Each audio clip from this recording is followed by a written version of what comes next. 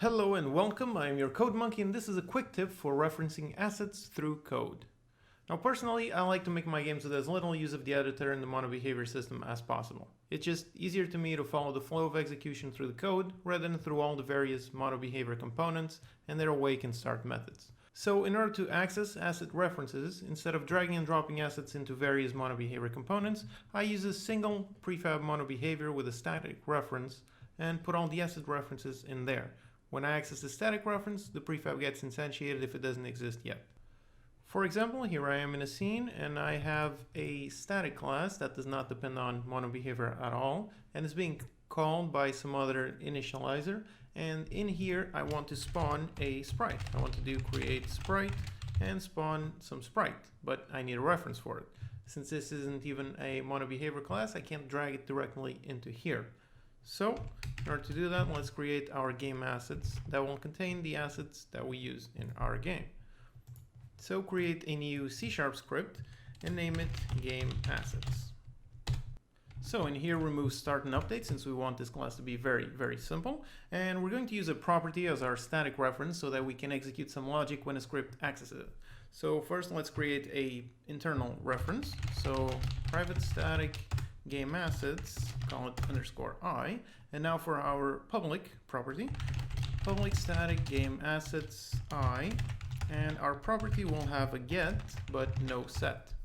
So on our get, essentially we're just going to return our internal reference, and in here, in case our internal reference doesn't exist, so if this is the first time we're using or if we switch scenes, we're going to set our internal to instantiate.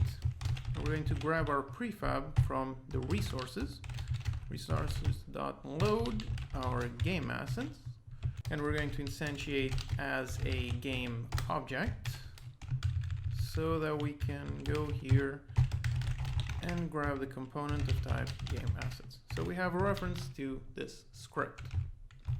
And down here, we're simply going to add the references to the assets that we want. So in this case, I want a reference to my sprite.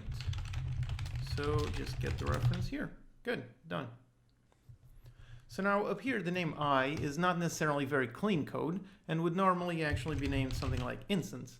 But since this is a very specific tiny class, I consider it the worthwhile trade-off to just call it I. And in this way, I can access it by just doing gameassets.i instead of having to type instance.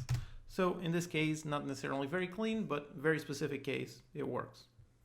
So now back to our scene here, create a new folder, call it resources.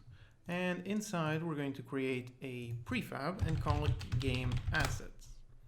Now on this one, let's just drag a game object into it and drag our game assets code.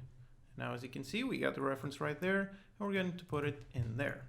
Now on our game logic here that is being instantiated, we can now use create sprite, go into game assets.i, access the instance, and use our sprite.